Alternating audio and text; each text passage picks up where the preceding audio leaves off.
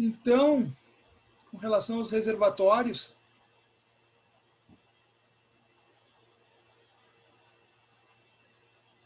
pessoal, eu pergunto para vocês, eu não sei se vocês já tiveram algum contato maior com essa parte de abastecimento de água, se alguém já fez estágio, por exemplo, no SAMAI ou numa empresa que trabalhe com isso, ou se alguém teve... Oi? Desculpa, pensei que alguém tivesse manifestado. Se alguém trabalhou com isso, pessoal, se tem alguma experiência com isso, tá? Mas se vocês não tiveram, eu queria que vocês pensassem assim, o que vocês lembram do SAMAI? O que vocês olhando na rua, assim, que vocês lembram de ter visto da concessionária? Vocês lembram de ter visto as redes? Exceto no caso de obras, tudo bem, que ainda causa transtorno. Mas vocês lembram como é que, das tubulações, registros, adutoras? Mesmo as elevatórias, vocês lembram de ter reparado nisso na rua?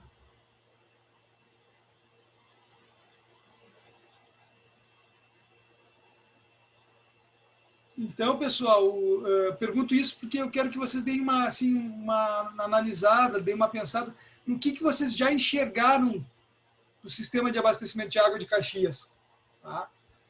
Talvez a estação de tratamento, e se vocês forem até, inclusive, visitar elas, às vezes vão tendo tempo de escola, né? A estação, quem não conhece, fica ali, então, lá na parte alta da Bento Gonçalves, fica o Parque da Imprensa. Tem a Celeste Gobato, que eu não me lembro bem onde é que é, tá? Que é uma estação menor, que vai estar praticamente em desuso, está sendo desativada. E tem uma Recas agora, que fica lá para o lado de Vila Seca, fica lá na Rota do Sol. Ok? Então, dentro da cidade, teria de maior, assim, o Parque da Imprensa. Mas, de qualquer forma, ela não é muito visível. Tá? Ela é grande, é uma estrutura grande. O SAMAI, inclusive, a sede administrativa do SAMAI era lá. Tá? Mas ela não tem ela é toda cercada, então ela ocupa toda uma quadra inteira. Ali quem sobe pela Bento, tá? Vai até a parte, chega lá em cima, lá na Humberto de Campos, vai ter aquele gradil de concreto. Aquele gradil é a estação. Mas o que vocês talvez, se vocês pararem para pensar, o que você deve ter enxergado na cidade são os reservatórios. Então são unidades, são edificações, são unidades visíveis do sistema de abastecimento.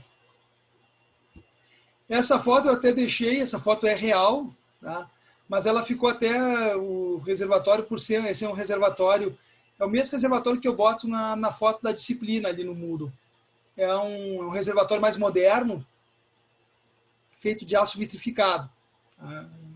Caxias mesmo, o SAMAI, acho que construiu uns 2 ou 3 desses agora, é bem atual. Assim. E esse, por ser de aço vitrificado e por ser grande esse reservatório, nem sei de que cidade é isso, tá?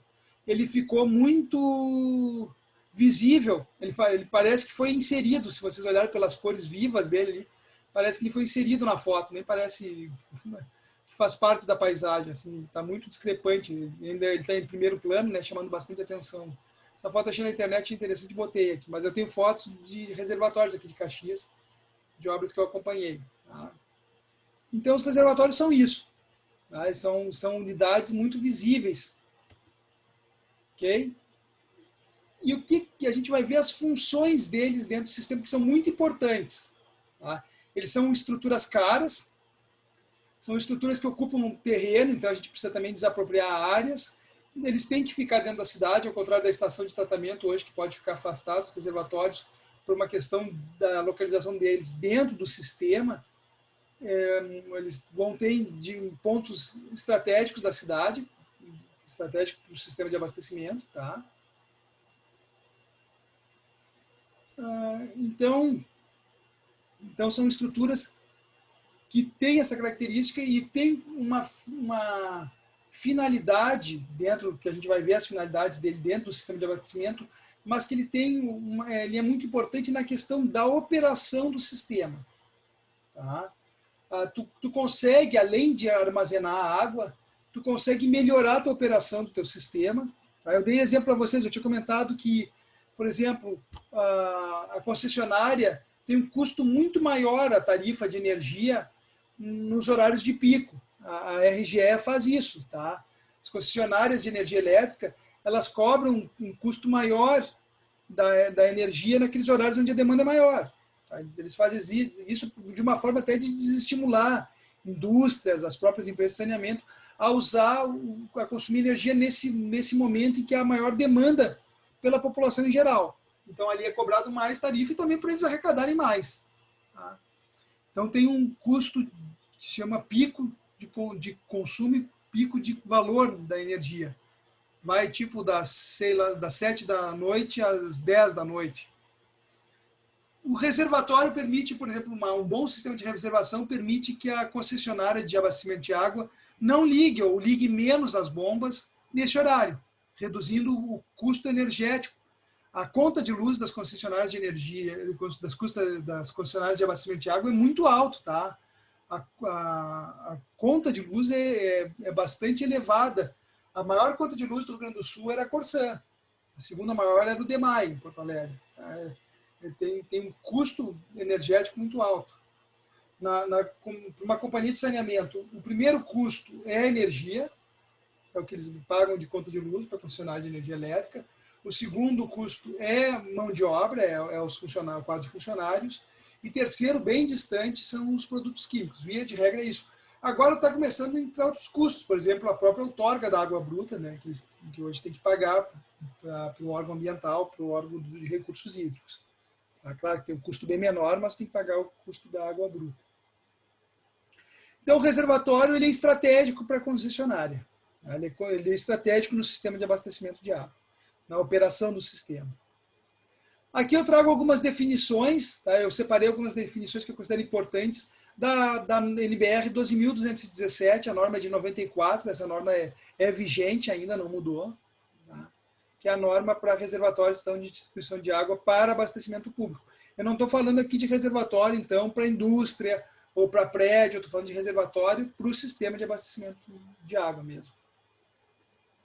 E a gente vai ver que esses reservatórios, além dos reservatórios de concreto, de fibra, de metal, que a gente está acostumado a ver na cidade para o sistema de abastecimento de água potável, já da água tratada. Além disso, nós temos, no caso de Caxias, por exemplo, a reservação da água bruta.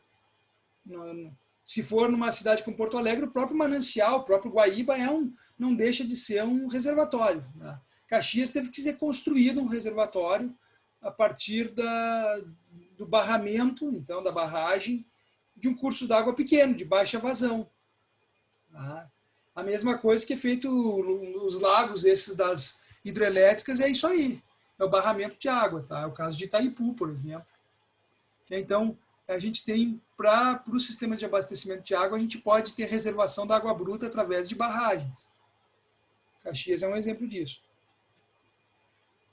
Então, por definição, o reservatório de distribuição é o elemento do sistema de abastecimento de água destinado a regularizar as variações entre as vazões de adução e de distribuição e condicionar as pressões na rede de distribuição. Vejam, pessoal, eu acho interessante essa definição da norma. Elemento do sistema de abastecimento de água destinado a regularizar as variações entre as vazões de adução e distribuição e condicionar as pressões. Ou seja, aqui a norma mesmo não fala que o reservatório ele serve para reservar a água, para armazenar a água. Não é essa a função principal do reservatório. Tá? O reservatório não deve ser pensado para armazenar, para estocar a água. Não é para isso. Ele é para regularizar as vazões. Tu ter as vazões regularizadas, pessoal, é muito bom para o sistema. Tá? Imagina o seguinte, imagina que vocês vão fazer em casa, por exemplo, uma receita que leva a água diluída em uma substância, tá? Sei lá, uma substância, aliás, diluída em água. Okay? Se vocês não têm uma vazão constante de entrada, como é que vocês vão fazer esse cálculo? Imagina uma estação de tratamento, por exemplo, onde tu está colocando a água num fluxo contínuo, porque a estação de tratamento de água não funciona em batelada. A água não entra, tu trata aquela quantidade de água e distribui. A água está entrando, tu está tratando e distribuindo, é constante, é fluxo contínuo que se chama isso. Tá? Tu imagina se a estação de tratamento de água trabalhasse com vazão variável, como é o consumo, por exemplo. Às 4 da tarde eu estou consumindo 1.500 litros por segundo. Às 3 da manhã, 200 litros por segundo. Como é que os operadores vão estar, a cada instante, dosando os produtos químicos na estação de tratamento? Certo, pessoal? Então, a primeira coisa, a vazão ser constante é essencial para a estação de tratamento. Ok? Mas não só para isso. Na estação é fundamental, não se discute isso, mas nos bombeamentos, por exemplo. Uma bomba, lembram da curva? A bomba tem uma curva de funcionamento. Ela trabalha melhor numa determinada vazão e aí uma altura manométrica. Se essa vazão varia, a altura manométrica vai variar para mais ou para menos, para manter a bomba na curva ideal. Se ela sai dessa curva ideal, a eficiência da bomba diminui. Lembra, o neta da bomba ali, do conjunto motor-bomba, diminui. Ou seja, tu vai ter que botar mais potência para mandar menos água, a uma altura menor. Ok? Então, tu perde eficiência, tu gasta energia à toa, trabalhando fora da curva ideal da bomba. Então, qual é a situação ideal da bomba? É trabalhar com uma vazão constante. Se tu trabalhar com uma vazão constante, a altura geométrica é a mesma, não muda. Tá? Se tu está abastecendo um reservatório, por exemplo, ele não muda de lugar. E a altura manométrica, se tu está com uma vazão constante, a pressão, a perda de carga também vai ser constante. Então, tu vai ter vazão constante e altura manométrica constantes. Tá? É a situação ideal. Para uma bomba funcionar constante, a demanda, a vazão de água tem que ser constante. Para isso ocorrer, tem que ter um reservatório. Porque o consumo da gente não é constante, pessoal. Ok? Então, isso tem que ficar bem claro. O nosso consumo não é constante. A gente não se combina aqui. Vamos tomar banho, eu vou tomar banho agora, tu vai tomar banho à meia-noite, tu vai tomar banho às 3 da manhã. Nós não vamos fazer isso. Nós procuramos consumir a nossa... Nós acabamos, por questão do nosso dia a dia, praticamente todos consumindo, tendo a demanda de água mais ou menos no mesmo horário, tá? Ou numa faixa de horários, que são os horários de pico de vazão, por isso que tem o K1 e o K2. Tá? Esses coeficientes são quase mais importantes para o cálculo da vazão, para o total da vazão, esses coeficientes são quase mais importantes que o próprio consumo, tá? O consumo médio. Eu posso dizer que o consumo médio é 200, mas se o K2 for 3, ele está triplicando esse consumo médio. Então, ele é mais importante que o consumo médio. Que é essa variação de consumo, essa variação de vazão. Tá? Então, o reservatório te permite que tudo que está montante dele, tudo que está antes dele, trabalhe com vazão constante, regulariza a vazão. Além disso, ele faz uma quebra-pressão. Tá?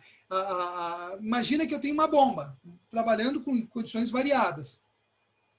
Então, ela vai mandar pressões diferentes. Ou o teu sistema, com perdas de cargas variadas, vai mandar pressões diferentes.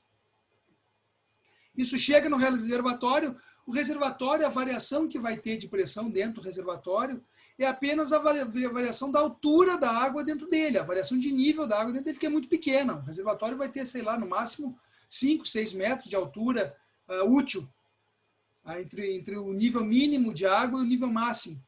Não estou falando na altura total do reservatório, porque pode ser um reservatório elevado, ele pode ser mais alto.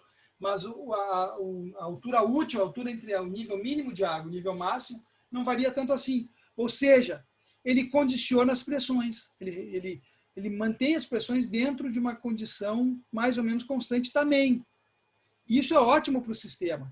Isso evita vazamento, isso melhora, de novo, a questão do consumo energético, melhora o funcionamento da bomba, faz com que a água chegue nas nossas casas com uma pressão mais constante.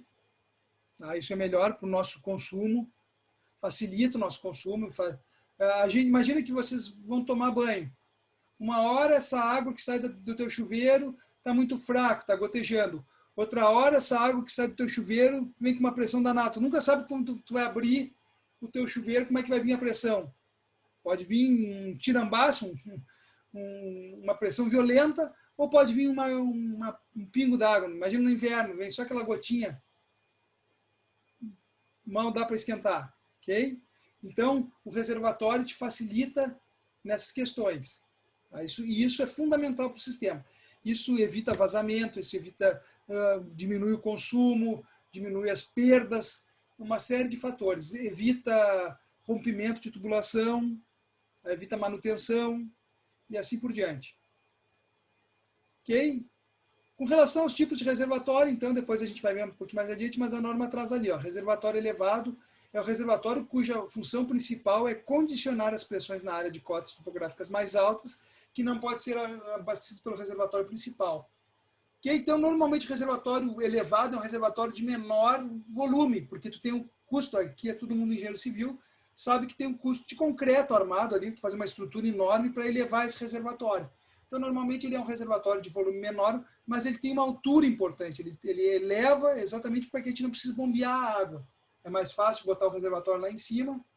É mais ou menos como na casa de vocês. Imagina, eu tenho chuveiro no último andar, então eu tenho que botar meu reservatório 1 metro acima, fazer o meu telhado um pouquinho mais alto. Tá? Esse seria o reservatório elevado. O reservatório de montante é um reservatório que sempre fornece água à rede de distribuição. Depois a gente vai ver imagens de reservatório elevado, de reservatório de montante. Tá? São duas coisas diferentes. Tá? Reservatório elevado é a forma de construir um reservatório, fazer ele alto. Reservatório de montante é a posição dele dentro do sistema. Reservatório de usante ou de sobra também tem relação com o reservatório de montante. É o reservatório que pode fornecer ou receber a água da rede de distribuição.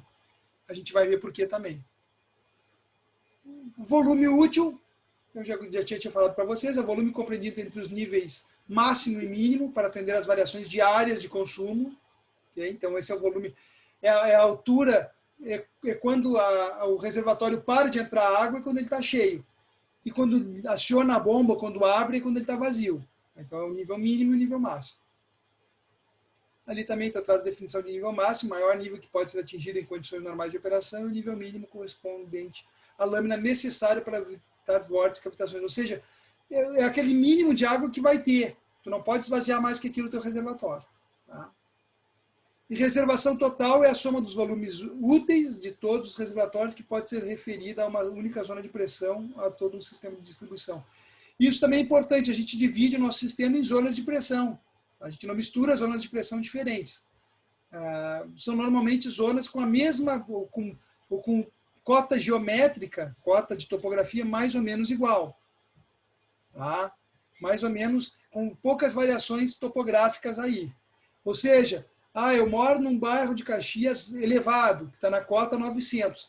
Eu moro num bairro de Caxias que está na cota 830, 840, por exemplo, 60 metros de diferença. Isso tem aqui em Caxias, tá? Esses dois bairros provavelmente estão em zonas de pressão, ou quase que certamente estão em zonas de pressão diferentes. E aí, pessoal?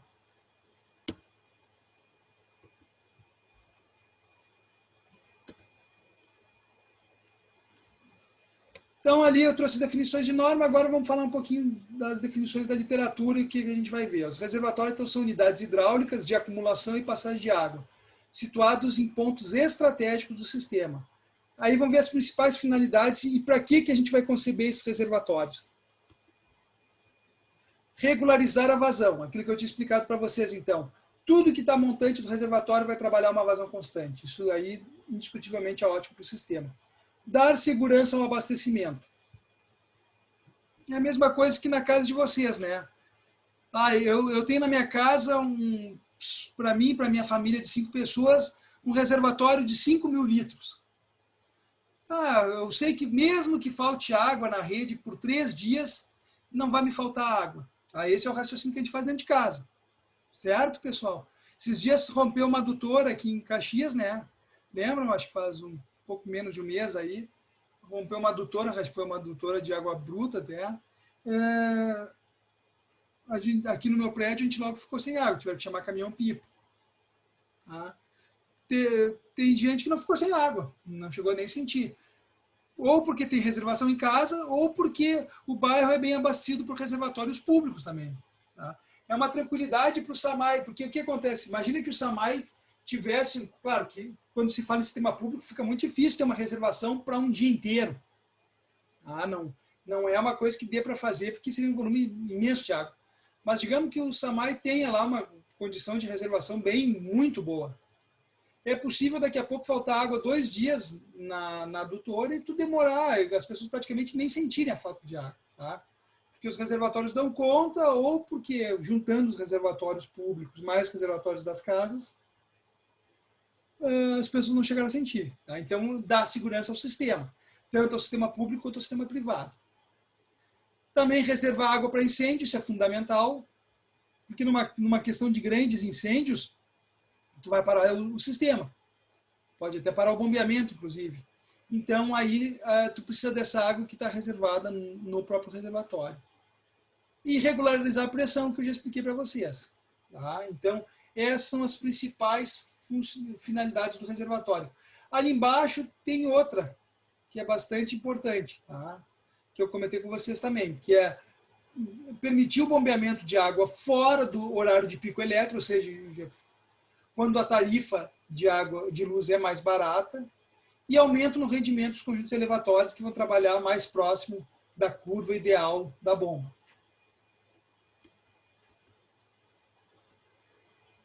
Então aqui explica cada uma delas, tá? Então regularizar a vazão, receber uma vazão constante igual à demanda média do dia de maior consumo. Vejam isso, pessoal, o reservatório público, ele consegue regularizar a vazão horária, mas eu não consigo fazer também ter um volume suficiente para fazer para o dia inteiro de maior consumo. Isso é inviável. Mas ele regulariza o K2. Tá? Então, receber uma vazão constante igual à demanda média do dia de maior consumo, de sua área de influência. Acumular água durante as horas em que a demanda é inferior à média, ou seja, naqueles horários que tem pouco consumo, e fornecer vazões complementares quando a vazão de demanda for superior à média. Tá, pessoal? Essa regularizar a vazão é o nosso critério para dimensionar os reservatórios. O exercício que a gente vai fazer na próxima aula traz exatamente esse conceito aqui. Quer dizer o quê? Eu tenho um consumo variável, tá? Às 3 da manhã eu consumo 50 metros cúbicos hora. Desculpa, 50 metros cúbicos é muito. Eu consumo 5 metros cúbicos hora. Às 3 da manhã. Às 4 da tarde eu consumo 40, é o pico, eu consumo 40 metros cúbicos. Ok? Esse é o meu consumo, isso é que as pessoas estão consumindo. Uma hora está 5, outra hora está 40. O que o reservatório faz? Quando está 5, ele vai enchendo. Ele vai pegando essa água que está sendo aduzida, vai estar recebendo água, uma vazão de 10 metros cúbicos hora, por exemplo. Tá? E aí ele vai pegando essa água e vai enchendo. Quando tem 40, o sistema continua mandando 10 para o reservatório, mas ele está mandando para as pessoas, além dos 10, mais a sobra que ele acumulou. Ok? Então ele permite que a adutora que está atrás dele, que está abastecendo ele, ou seja, a adutora que está montante dele, trabalhe com uma vazão constante, no nosso exemplo de 10 metros cúbicos por hora. Isso é regularizar a vazão e é esse o critério para dimensionar o nosso reservatório. Segurança ao abastecimento, então fornecer água por ocasião de interrupções no funcionamento normal da adução, como consequência da ruptura da adutora, paralisação da captação ou estação ou de tratamento, ou falta de energia elétrica. Entre outras coisas, então, pode ter N motivos para a parada do sistema. O reservatório te permite, eu tive uma emergência, precisei parar. Vamos pegar ali, Anarrec. O pessoal lá em Anarrec tem um reservatório, mas eu nem sei se tem reservatório lá, mas vamos supor que tem um reservatório em Anarrec.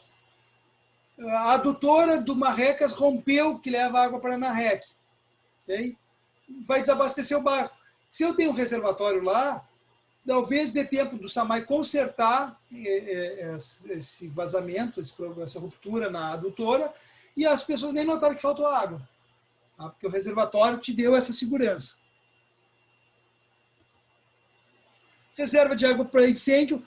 Essa água para incêndio, ela é uma vazão, um volume extra. Ele pode estar até misturado, preferencialmente ele está misturado para não ficar parada a água específica, tá? Para estar junto com a água de abastecimento. Só que então ele serve exatamente para combate a incêndio.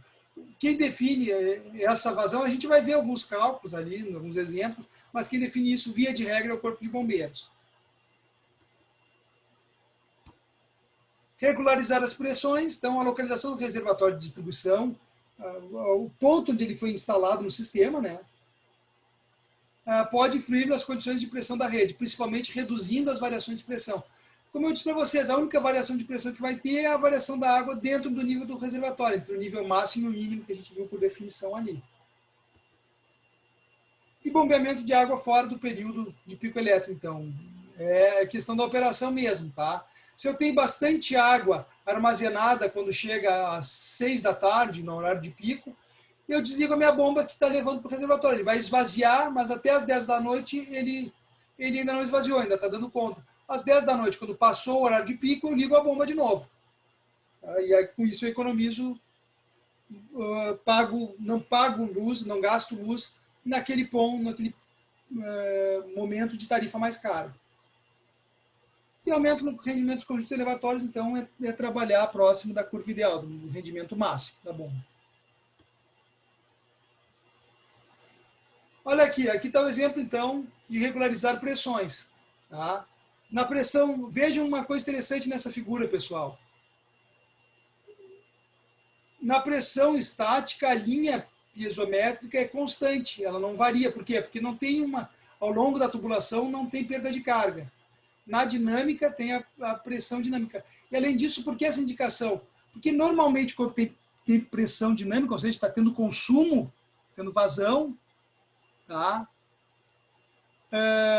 Normalmente o nível da água vai estar mais baixo, porque o reservatório vai estar mais vazio, que são os horários de consumo. Por isso essa indicação aqui também. Tá? Olha aqui, pessoal, outra coisa, pressão estática máxima 500. Tá? Isso aqui é da norma de água. Na realidade seria 400 kPa ou para regiões acidentadas 500, que é o caso de Caxias, por isso eu deixei 500. Tá? Mas tem que se avaliar bem isso, tem que ver o que está dizendo o SAMAI nesse momento. E pressão dinâmica mínima de 100 kPa. Então o reservatório te facilita para cumprir essas regras aqui da norma.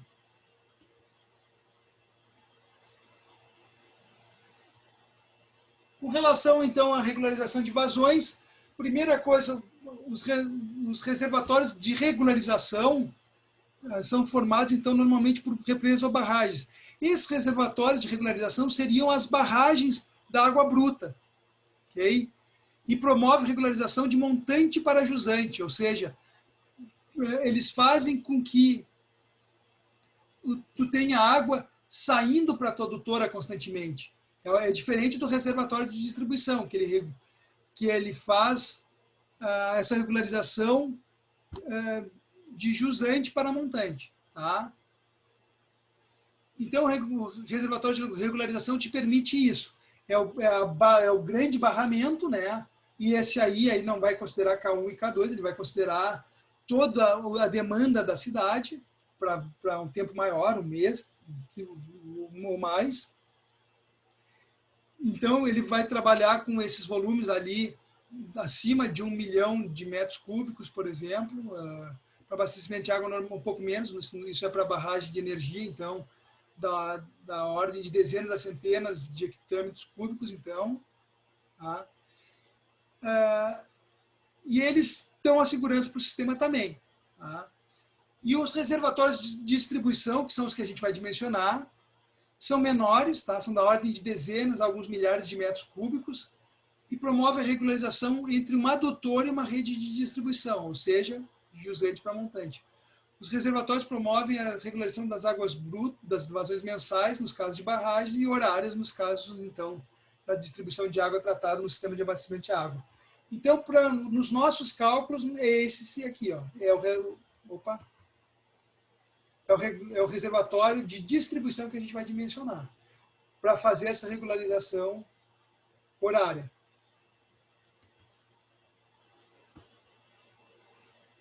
Então, está aqui o raciocínio, né, aqui, ó, o reservatório de regularização. Como é que ele funciona?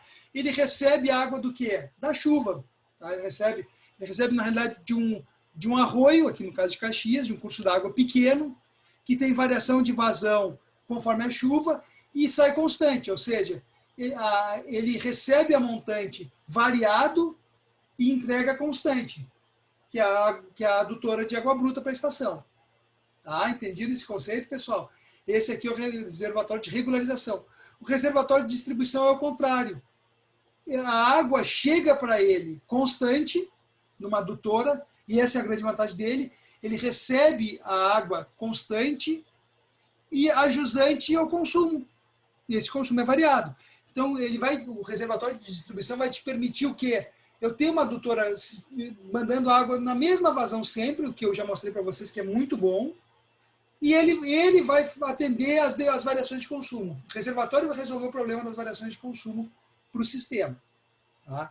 Esse é o conceito de reservatório de distribuição, então. Quais são os problemas? O que a gente tem que levar em consideração para implantar um reservatório? Primeiro que tem um custo elevado, ele é bem mais caro que a rede. Tá? Se olhar como unidade, né, a rede de distribuição é mais cara porque ela é muito grande. Mas o custo unitário do reservatório é muito maior. O reservatório tem que comprar terreno, tu tem que fazer obra de concreto, obra metálica, tu tem um custo enorme, fundações, e assim por diante, é uma edificação. Então tem um alto custo de implantação. Tem que escolher muito bem a localização, né, para atender então, as variações de pressão, para que a tua adutora consiga abastecer ele corretamente também. Tá? Necessita de terreno, ele não é enterrado, ele não está no meio da rua, então tu precisa desapropriar a área, imagina, tu tem que fazer um reservatório em bairros nobres da cidade, bairros onde a área é cara, e tu tem que ali matar um terreno para fazer um reservatório, não tem jeito. Ele gera um impacto ambiental, como toda edificação, né? Tem um impacto ambiental razoável, né? Tu tem que desmatar, tu tem uma obra a ser feita.